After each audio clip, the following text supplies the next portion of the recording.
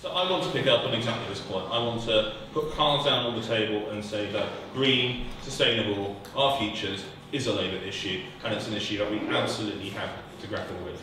As a borough, Claire's spoken about this earlier, we have invested a lot of money. Firstly, in the Walthamstow wetlands. Secondly, in Mini Holland, which is a scheme to improve cycling and walking, but ultimately reduce car usage across our borough. But we've also invested in things like Leighton Jubilee Park, a brand new living green lung for one of the most polluted parts of our borough. That's 3,000 trees planted this year in a new park. So for us, in Waltham Forest, as a Labour borough, green, sustainable lies not only at the core of what we do, but about what we want to achieve more widely. You can't have social justice unless you have a sustainable green future. You cannot provide better health outcomes unless you have clear policy to provide a sustainable green future. So I want to make that point. I want to absolutely say this is our agenda. We, as Labour supporters, need to drive it forward. I will talk about our journey at Waltham Forest, and I will, before I do that, also talk a bit about the immediate context that we find our pension fund in. But before that, I just want to touch on something quite quickly. So when I first got involved with the pension fund, I met with Rob from Waltham Forest Divests to talk about divestment. I think Rob, if I'm not misremembering, and do correct me if I am misspeaking and misremembering, asked me why I was interested in this area. And I think I gave a typical junior politician's flowered response to that. But I've since thought about it, and I think there are two key experiences that have pushed me in this direction and made me so keen to use our pension fund to do what we can to make a greener, better future in Waltham Forest. The first was growing up into our hamlets and going to a comprehensive school in Bethnal Green, where not only was the London Chest Hospital next door, but the school at which I attended had one of the highest rates of asthma in all local schools. It was extraordinary, the number of children growing up in the city area with lung conditions or breathing conditions caused by pollution and caused by transport-based pollution as well. The second experience was as a university student teaching at a comprehensive school in Germany, in Hamburg, in a similarly inner-city area, in which almost no children at that school suffered from breathing issues or lung conditions caused by pollution, despite Hamburg being one of the most advanced industrial cities in the world. Linked to that was the flat in which I lived, wasn't in Hamburg. It was owned by the local authority pension fund. It was built to high specification, its rent was reasonable, there was a lovely children's playground outside, there was real green areas. It was a better way of living. Something there was clearly working, and something lodged itself in my mind that there are better ways of doing things and better ways of driving forward policy. So let's bank that, and let's then talk about pension fund in Waltham Forest. So our pension fund 3 years ago was in something of a mess. We had a whopping deficit by any standard. It was, in 2008, about 60%. So we covered 60% of our liabilities, so we had a deficit of about 40%. We are now in a better position, but there are all sorts of structural issues with our pension fund.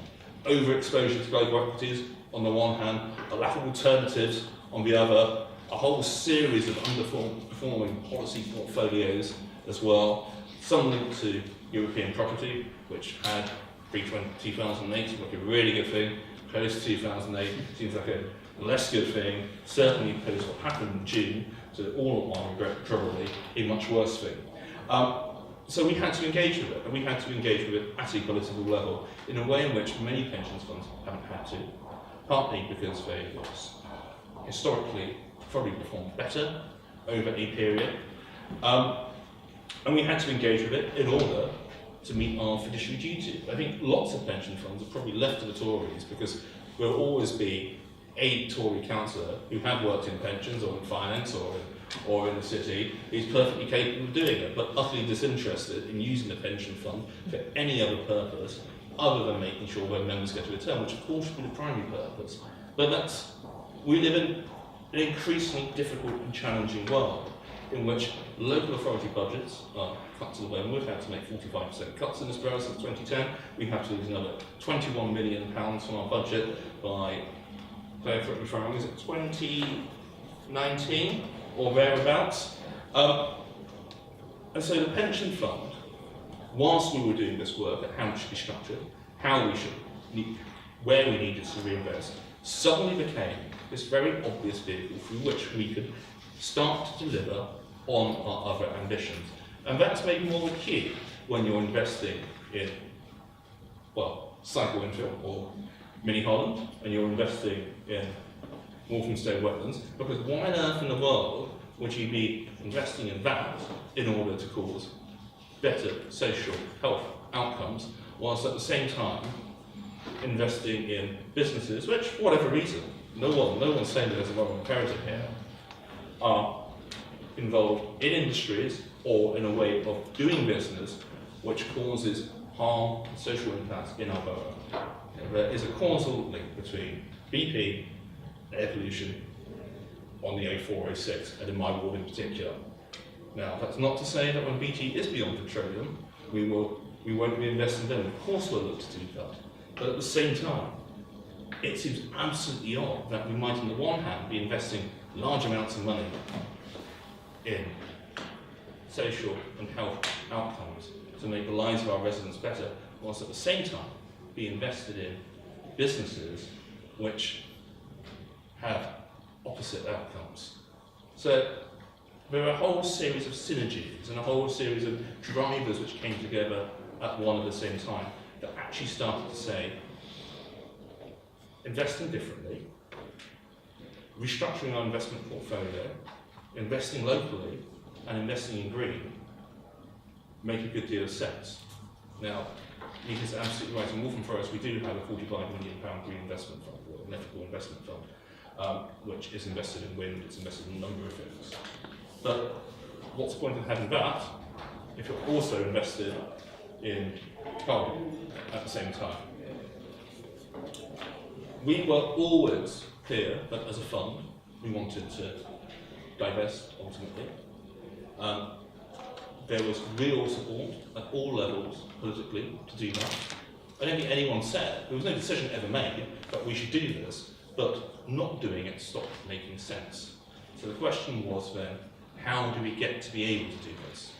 We have our fiduciary duties, obviously, we have to make certain returns. We have a whole investment strategy that's determined to make good that deficit, and in about 15 to 20 years. So it's quite an aggressive rescheduling of liabilities. The problem that we have is every time we looked at it, our financial advisor will always come back and say, well, you know what, the likelihood is that in the short to middle term, oil prices will spike again. Carbon-intensive companies will deliver a better dividend. So why would you look to move? But this was because, as Mika said, we were comparing two incomparable data sets. The choice was not, and never should have been, between carbon on the one hand, no carbon on the other. It was about, rather, making long-term investment decisions that were good for the fund.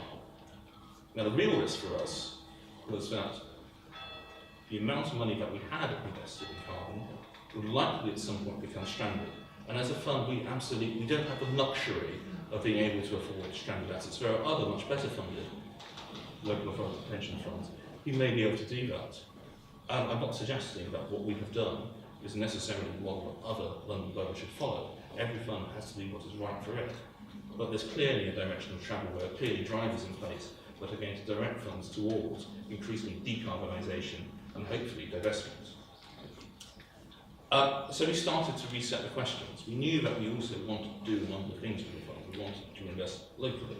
We wanted to invest in commercial property locally in order to help sustain our high street and gain the benefit for our residents from that. We wanted to invest in property locally as well, partly because that makes good financial sense, but at the same time, it also delivers better outcomes for our people, because it means that we can then provide accommodation that means that the vast numbers of people who currently rent substandard property beset by mould, beset by poor conditions, and so on and so forth, they can be provided with alternatives. And when we reset those questions, when we said, well, can we meet our long-term investment objectives by investing in green? but also separately divesting from fossil fuel? The answer is very obviously yes, yes you can. Now for other funds it may be more difficult because we were very lucky that our exposure wasn't huge and significant. The greater the exposure, clearly the greater the risk. But for us, the timing made sense. The wholesale changes that we were making to our investment portfolio in order to better meet our investment targets made it make sense as well.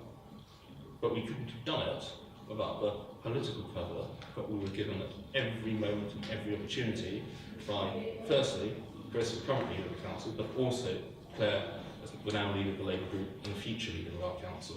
The two go hand in hand. This has to be a determined project to deliver better outcomes, not just for our residents, but also specifically for our fund managers, because we are absolutely clear that in committing to divest, in investing separately in positive alternative vehicles, we are providing a better, more sustainable long-term future for the fund as a whole. Now, there are obviously challenges in how we go forward.